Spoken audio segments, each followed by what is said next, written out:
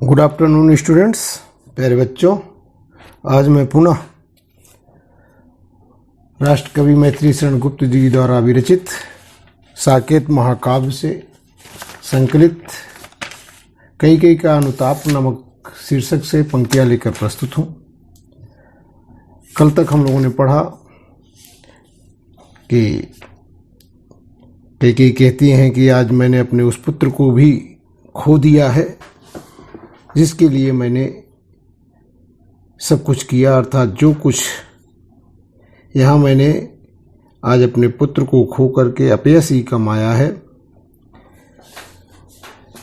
आप सभी मुझे कहते हैं मैं भरत जैसे पुत्र की महान रत्न की माँ होने के कारण मैं धन्य हूँ, लेकिन आज मैंने उसी पुत्र को खो दिया। आगे हम पढ़ते हैं। हालाल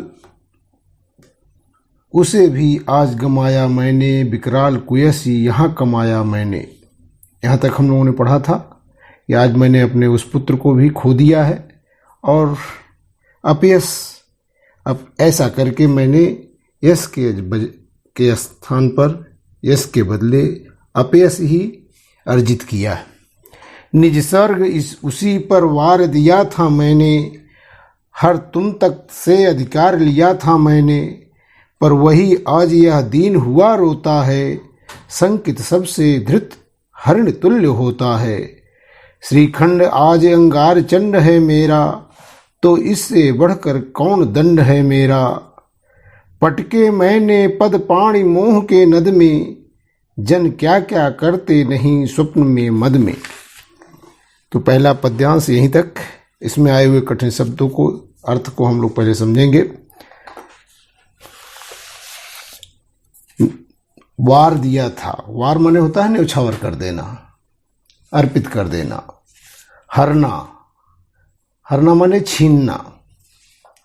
दीन, दीन माने गरीब दुखिया जो सब कुछ से हीन होता है, दीन। संकित, शंका से ग्रसित, शंकालु। धृत, धृत माने होता है पकड़े हुए। श्रीखंड, श्रीखंड माने शीतलता प्रदान करने वाला चंदन। अंगार चंड, दहकती हुई आग।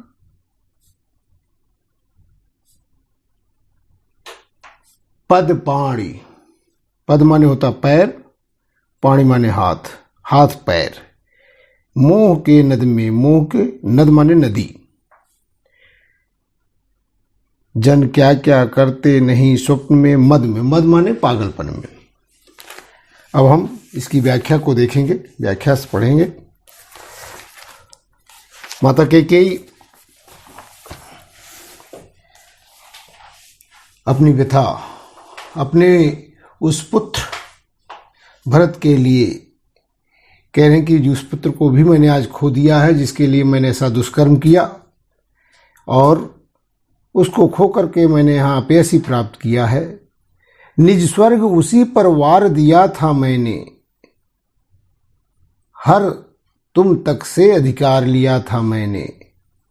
हे राम, मैंने अपने उसी पुत्र पर अपना स्वर्ग अर्थात अपना सब कुछ, अपना सारा नैसर्गिक सुख सब कुछ उसी पर न्यौछावर कर दिया था।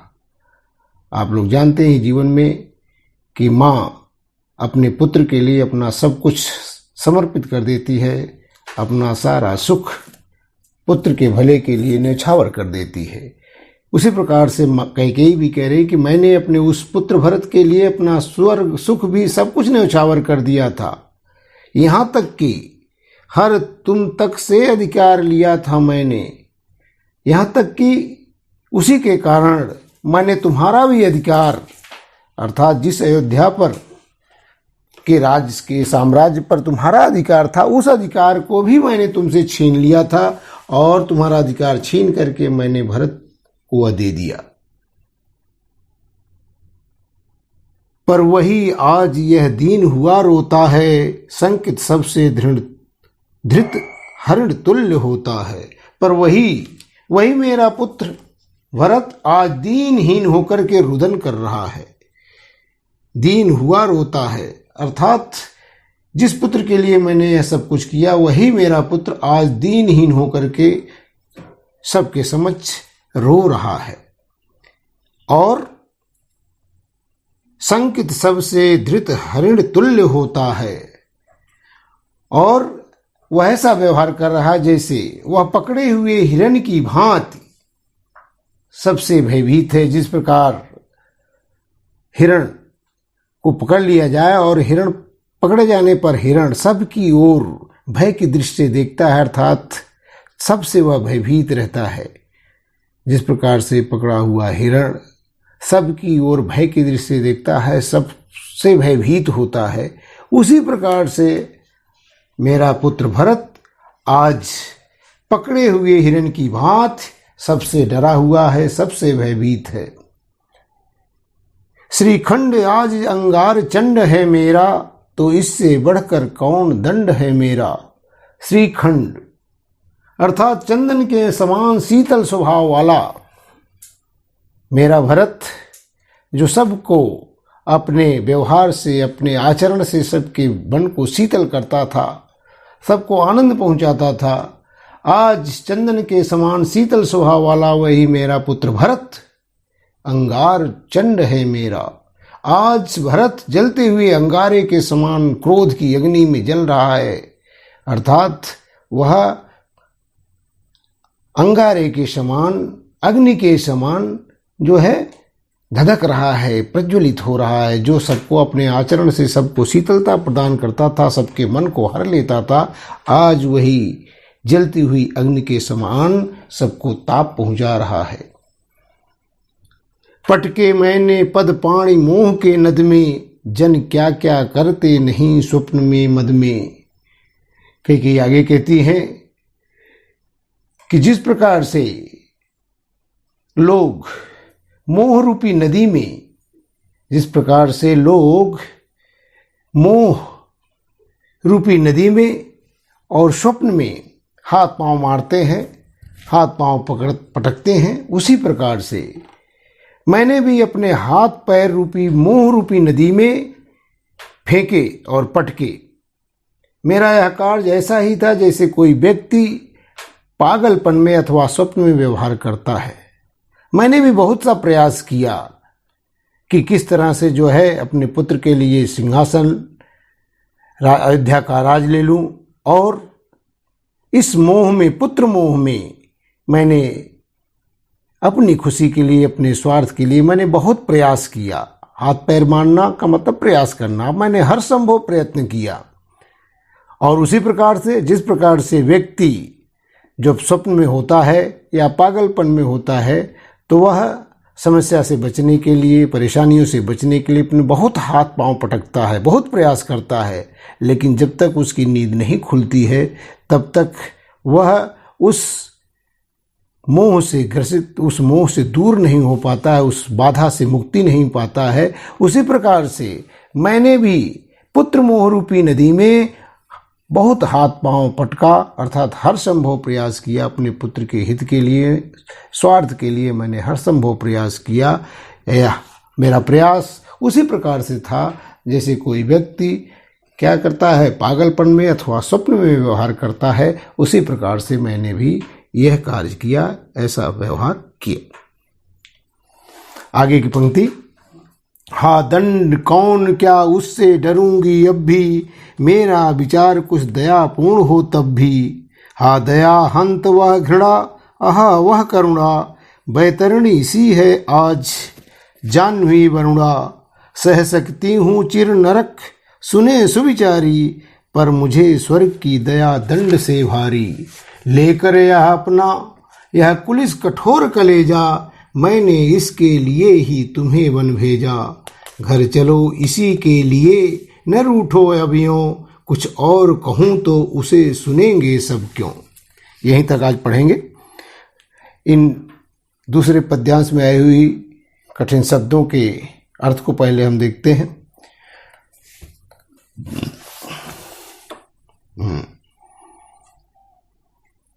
हाँ दंड,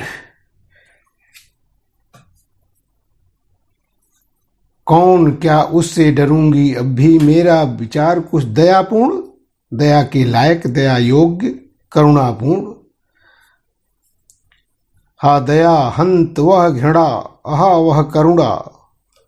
वैतरणी, वैतरणी माने होता है कि गंगा के लिए शब्द प्रयुक्त किया गया है।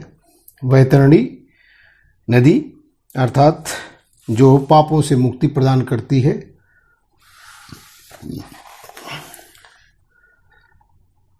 जाह्नवी, वरुणा नदी जाह्नवी गंगा के लिए। सह सकती हूं चिर नरक सुने सुविचारी। सुविचारी माने सुंदर विचारों वाले, सुविचारी उत्तम कोटि के विचारों वाले, उत्तम विचारों वाले। मुझे स्वर्ग की दया दंड से भारी। कुलिस कठोर कलेजा, कुलिस माने होता है वज्र, वज्र के समान कठोर हृदय। रूठना माने नाराज होना। अब इसकी व्याख्या को पढ़ेंगे, इसकी व्याख्या को देखें कि हा दंड कौन उससे डरूंगी अब भी, मेरा विचार कुछ दयापूर्ण हो तब भी। कैकेयी कहती हैं कि हे राम, मैंने ऐसा अपराध किया है, इस अपराध के लिए जो भी मुझे दंड दिया जाए वह दंड कम होगा। कुछ भी दंड इसके समझ, इतने बड़े घोर अपराध के लिए जो कुछ भी मुझे दंड दिया जाए वह दंड बहुत कम होगा। अपने अपराध को देखकर मैं किसी भी दंड से भयभीत नहीं हूं। दंड कौन, क्या उससे डरूंगी अब भी। अर्थात मैं अपने अपराध को देखकर मैं उससे किसी भी दंड से भयभीत नहीं हूं, क्योंकि मेरे अपराध की तुलना में कोई भी दंड अधिक नहीं है। जो कुछ भी दंड दिया जाएगा वह कम ही होगा। हाँ दया, मेरा विचार कुछ दयापूर्ण हो तब भी, लेकिन मेरा एक निवेदन है कि मेरे संदर्भ में, मेरे बारे में इतना अवश्य किया जाए कि मेरी भावना को गलत न समझा जाए। मेरा विचार कुछ दयापूर्ण हो तब भी, अर्थात कि मेरे संदर्भ में मेरी भावनाओं को गलत न समझा जाए। मेरे विचारों को, मेरे इस ऐसा करते समय मेरे विचारों को, मेरी भावनाओं को गलत न समझा जाए। मैं कोई ऐसा, मेरा कोई ऐसा उद्देश्य नहीं है। मेरा उद्देश्य कोई सदा दयापूर्ण, अर्थात मेरा कोई इससे लेकर के मैं अपना कोई स्वार्थ नहीं सिद्ध करना चाहती हूँ। मुझे जो भी दंड दिया जाए उस दंड के लिए मैं जो है तैयार हूँ, लेकिन सभी से मेरा यही निवेदन है कि मेरी भावनाओं को गलत न समझा जाए। हा दया हंत वह घृणा, अहा वह करुणा, बैतरणी सी है आज जाह्नवी वरुणा।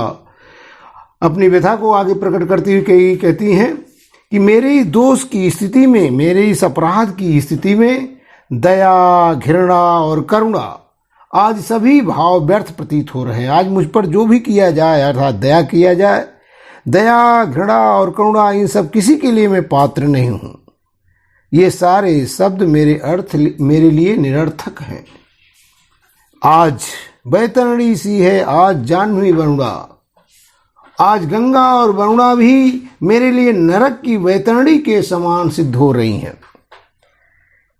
आज गंगा और वरुणा भी क्या करती हैं, अपने जल से सबको भी, सबके पापों को धो देती हैं, सबको पवित्र कर देती हैं, लेकिन ये दोनों पवित्र नदियां भी मेरे लिए नरक की नदी के समान, नरक की वैतरणी अर्थात नरक की नदी के समान प्रतीत हो रही हैं, जो मुझे स्वर्ग की ओर न ले जा करके, मुझे पवित्र न कर करके मुझे कलुषित सी कर रही हैं। कह सह सकती हूँ चिर नरक सुने सुविचारी, पर मुझे स्वर्ग की दया दंड से भारी।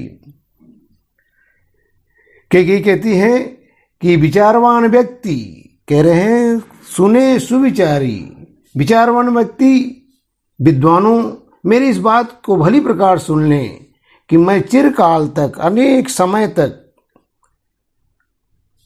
आजीवन जिसे कहते हैं आजीवन, नरक की सजा, नरक का दंड भुगतने के लिए तैयार हूं। नरक की पीड़ा सहन कर सकती हूँ, नरक की पीड़ा सहने के लिए तत्पर हूँ, पर मुझे स्वर्ग की दया दंड से भारी। परंतु स्वर्ग की दया मेरे लिए भी नरक के दंड से भी कठोर होगी। अर्थात यदि मेरे अपराध को क्षमा कर करके मुझे स्वर्ग भी दिया जाए तो वह मेरे लिए नरक से भी क्या होगा, ज़्यादा दुखदायी होगा। अर्थात मुझको क्षमा करना जो है मेरे लिए जो है नरक के दंड से भी बड़ा होगा, श्रेष्ठ होगा, कठोर होगा। मुझ पर किसी भी प्रकार से दया न की जाए। मैं नरक की सजा, नरक का दंड भुगतने के लिए तैयार हूं। लेकर अपना यह कुलिस कठोर कलेजा, मैंने इसके लिए तुम्हें वन भेजा। हे राम, मैंने अपने हृदय को वज्र से भी अधिक कठोर बना करके तुम्हें वन भेजा था। मैंने अपने हृदय को वज्र से भी कठोर बना लिया था। मेरा हृदय उस समय वज्र से भी कठोर हो गया था जब मैं तुम्हारे लिए वन मांग रही थी राजा दशरथ से। जब मैंने तुम्हारे लिए वन जाने का वरदान मांगा तो मैंने अपने हृदय को वज्र से भी कठोर बना लिया था। तो कह रही हैं कि हे राम, मैंने अपने हृदय को वज्र से भी कठोर बनाकर तुम्हें वन भेजा था। अब मैंने इसके लिए तुम्हें वन भेजा। घर चलो इसी के लिए, न रूठो अभियों, कुछ और कहूं तो सुनेंगे सब क्यों। हे राम, अब मेरे उस हृदय की भावनाओं का विचार करते हुए तुम अब घर वापस लौट चलो, अयोध्या वापस लौट चलो। अब और अधिक न रूठो, अब और अधिक नाराज न हो, अब और अधिक न रूठो। इसके अतिरिक्त यदि मैं कुछ और बात कहूंगी तो कोई भी उस पर विश्वास क्यों करेगा। कुछ और कहूं तो उसे सुनेंगे सब क्यों।